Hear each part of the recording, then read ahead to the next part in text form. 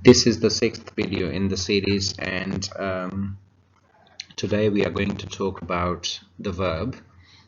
It is the most important word in a sentence, and that is, as I always say, this is the soul of a sentence. Without a verb there is no sentence. Simple.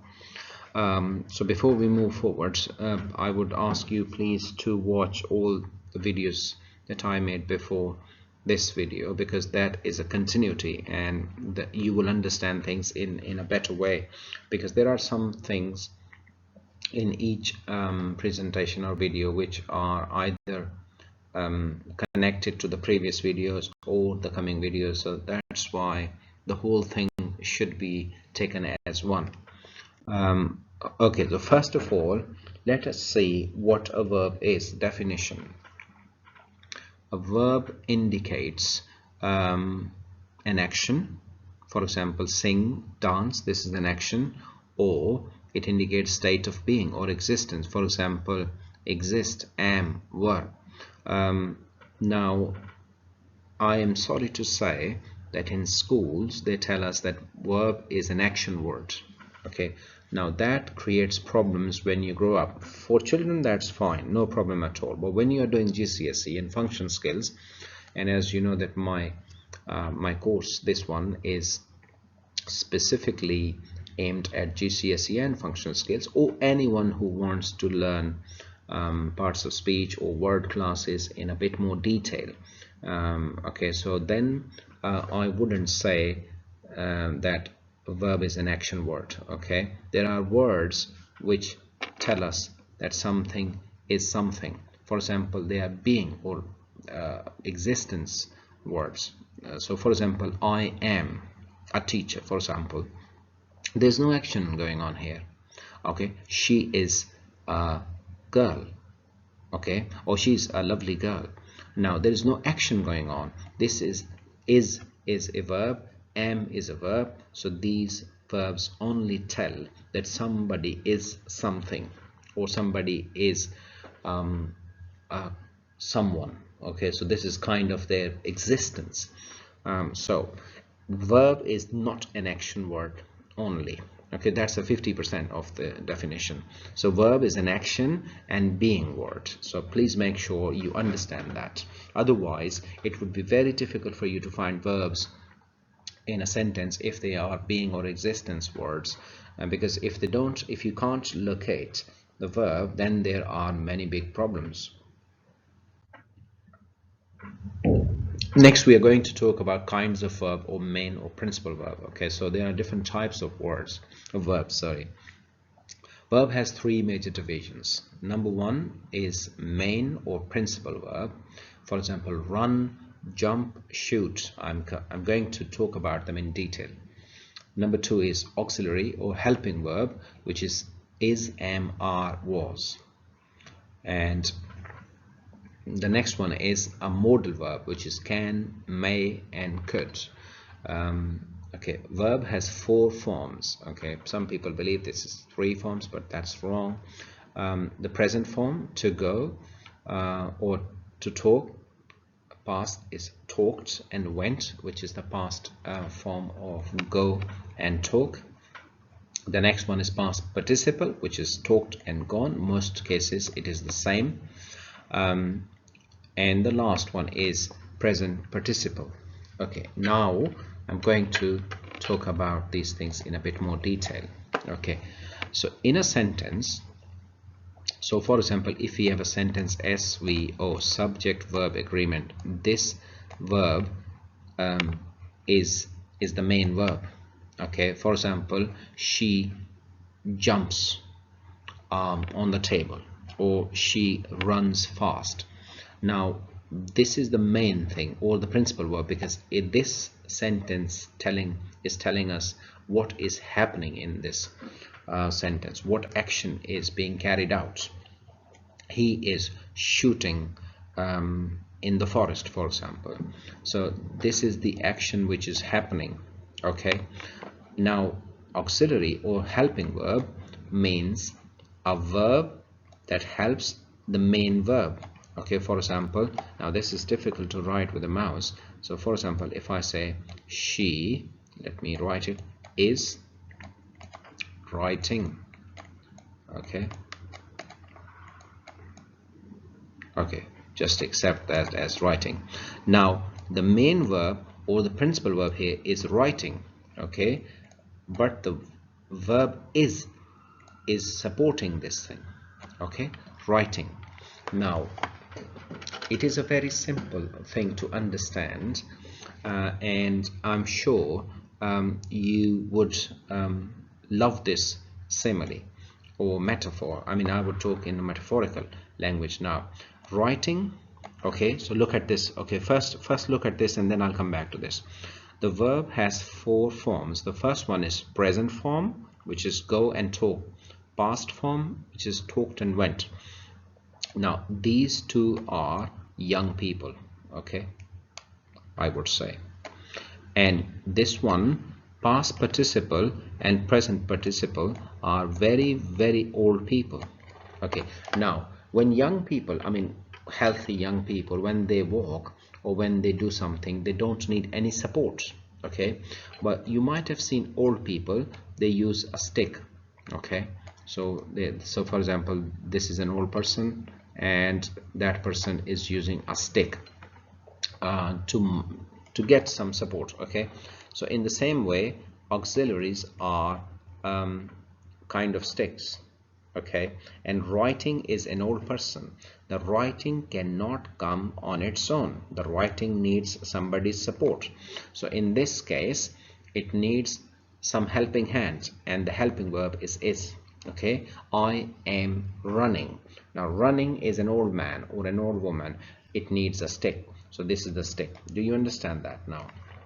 So these two forms of the verb are strong. They don't need any auxiliaries. And these two are like old people, very weak. They need support to move and they need auxiliaries. Okay, so these auxiliaries will be used with them, and there would be no auxiliaries, no helping verbs with these. Okay, that's how you can understand. And the third one is modal. Modals are basically can, could, may, might, not very many. I will explain them in the next slides. Okay, so I hope you understand this thing. I will come back to this again. Auxiliaries. So these are the auxiliary verbs: is, am, are, was, were, has, have, had, do, does, did. Okay, now these are auxiliary verbs. These are supporting verbs. These are the ones which help. Okay, so we use them to support the main verb. So you could say, I would write auxiliary plus the main verb. So this is how you do it. Okay, this is your main verb, and you use one of these with the main verb to support this thing, to support the main verb. So this is the function of auxiliaries. If you have a main verb which is action, okay, if it is an action sentence, action word, then you need an auxiliary. But if it is a being sentence, for example, he is let's say teacher, I just write T. So he is a teacher. Now this is the main verb. Why? Because it is not an action word. There's no action going on. We are just telling who he is or who she is.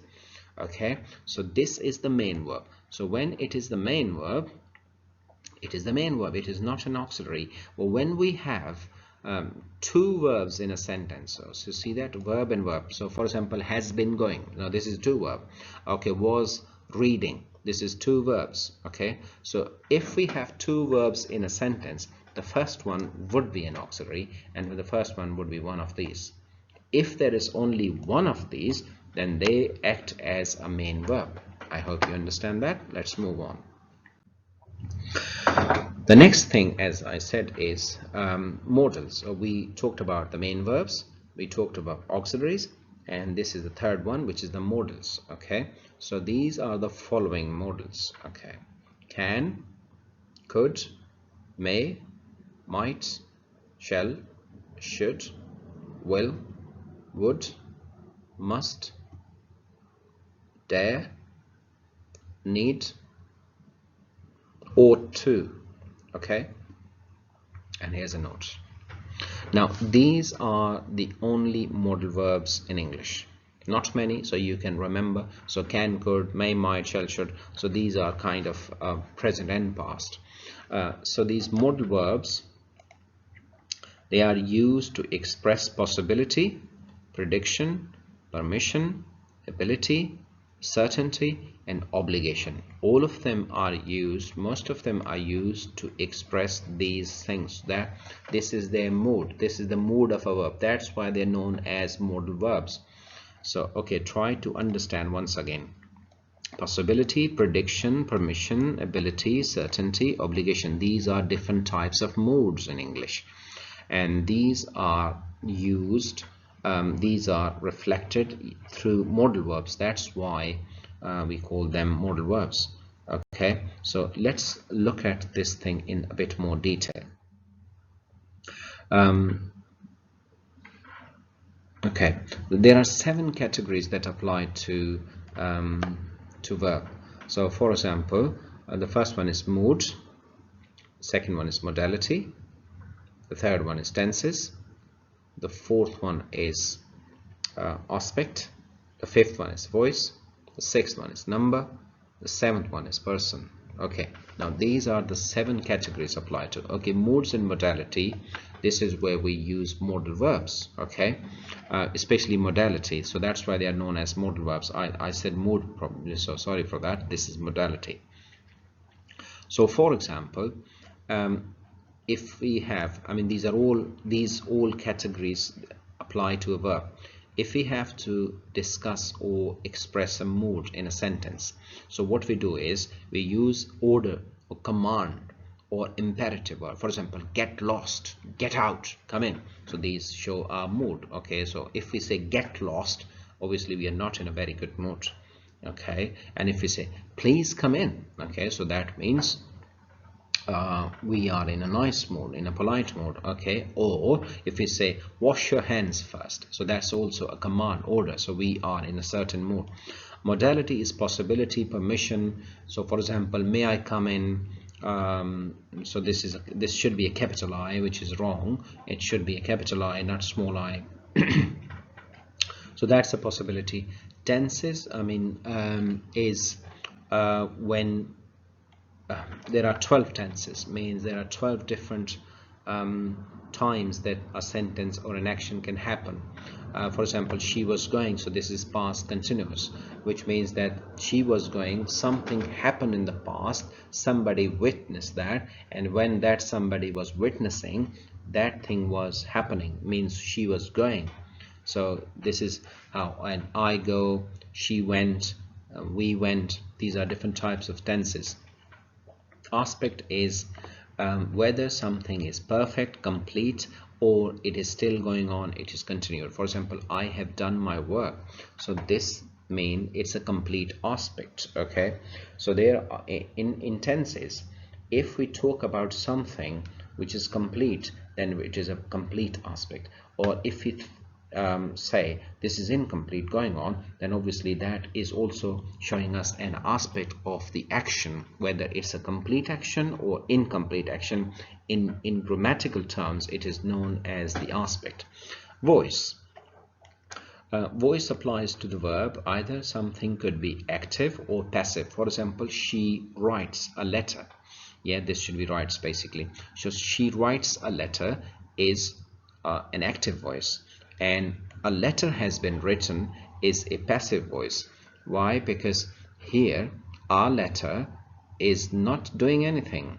So if the subject is inactive, not active, then it's passive sentence. If the subject is active, for example, she writes, so this is the subject and she is actively doing writing thing, that's why active sentence.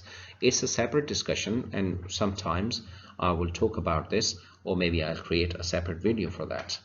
Number, subject verb agreement. It is one of the most important things which some of the GCSE and functional skills students miss, or they do it wrong, and then that's a grammatical problem, and grammar problems are serious problems. I normally say that this is a criminal offense if you do not do the subject verb agreement. For example, she is. So if the subject is singular, the verb is. If the subject is plural, the verb is are. Means she is, they are. We cannot say they is and she are, because this is no subject verb agreement, right? Okay, so what is subject verb agreement? I have created a separate video on that, so I will talk about this in detail. But if the subject is singular, the verb is singular. If the subject is plural, the verb is plural. So we have to adjust things accordingly. Yeah, hope you understand that. The next thing is gerund and participles.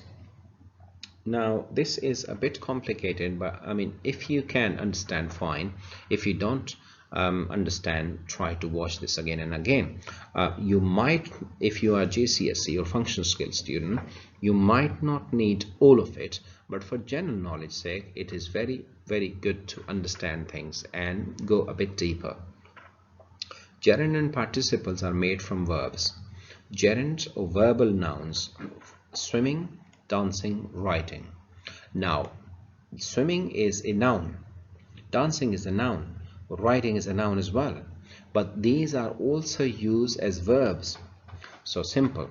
If a verb ends in ing and we use it as a noun, then it's a gerund or verbal noun. Verbal noun means a noun that is made from verb.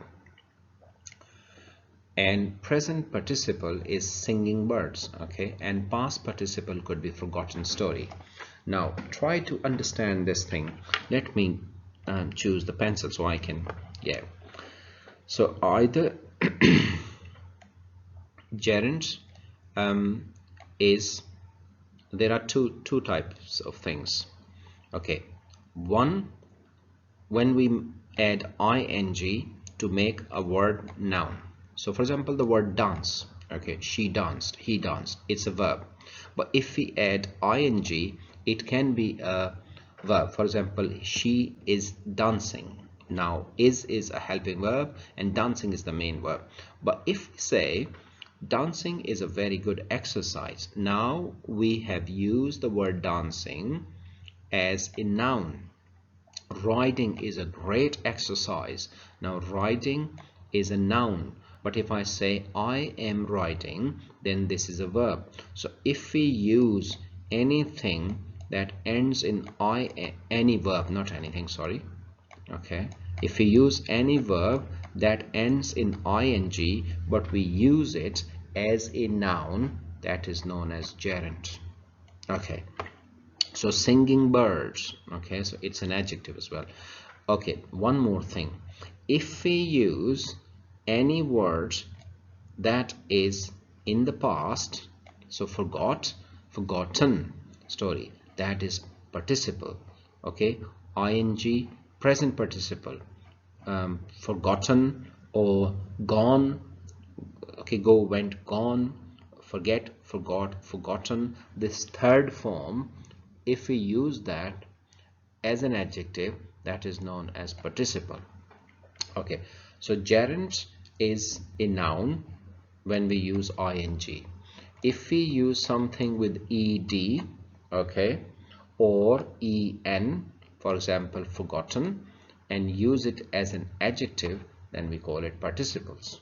Okay, so forgotten story, so story that has been forgotten. Singing birds, the bird that sings. So this singing, this forgotten is used in adjective. So this is what gerunds and participles are. I hope you understand. But simple, just tell yourself, is it a noun or a verb? If it is a verb and ends in ing, then it's a gerund. If it is not a verb but an adjective but ends in ed and en, then it's a participle. For example, wooden chair. So wooden is basically an adjective in this phrase.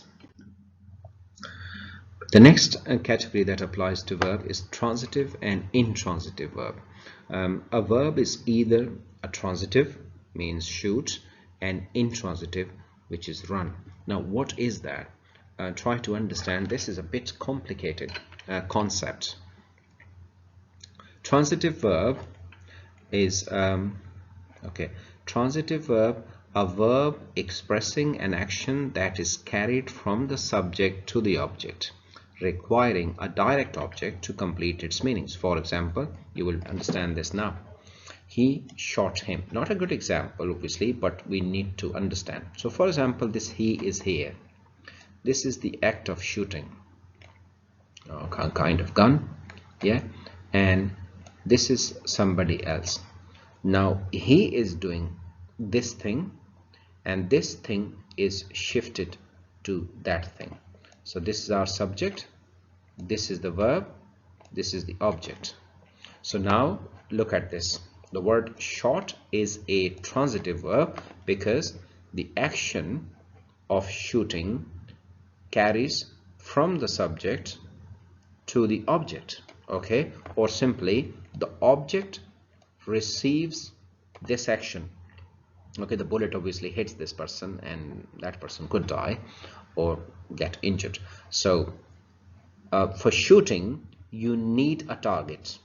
This target could be just, you know, those things that some people put and shoot at them with a bullseye, or this could be a person or animal or whatever.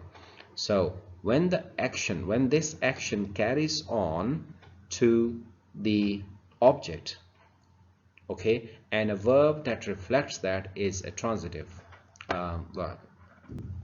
The next thing is I made so much mess here. Intransitive verb, a verb that does not or cannot take a direct object is called intransitive. For example, she runs. I mean, you do not need, obviously you need a place to run, but you can run anyhow without any object. Okay, so this action does not carry forward. This action does not go and hit something. Okay, so for example, she sits. You can sit anywhere. You don't need a chair. You can sit anywhere. You can just have a sitting posture. So sitting is something, or running is something that does not affect the object. Okay, so for example, this is the person, she is running, okay, and this is another person. Now this action of running does not affect this thing, so it stops here. Yeah, so that is intransitive, means it does not move on to the object. Transitive is transition, means moving from one place to another place. So this action moves to the object. That's why it is called transitive verb. So in English there are some verbs which are transitive and there are some verbs which are intransitive. Now a $1 million thing, you can only make passive voice, passive sentences which have transitive verbs in it. Only transitive verbs can be shifted into passive voice. Okay, intransitive verbs cannot be made passive. Okay, that's the key. Only transitive verbs can be changed into passive voice. For example, a letter was written. Yeah, so this is a passive sentence. She writes a letter. A letter was written by her. Okay, but if you say she runs, you cannot say, I mean, can you try to say passive sentence, she runs? Okay, even if I use an adjective an object, she runs in the playground. Can you say that a playground was run by she? No, it doesn't make any sense. So this is what it is. So I hope that this video was useful, and I'm sure that you would learn some things. Try to practice them, try to find examples, try to write things, and ask me questions if you want to. Thank you very much. All the best.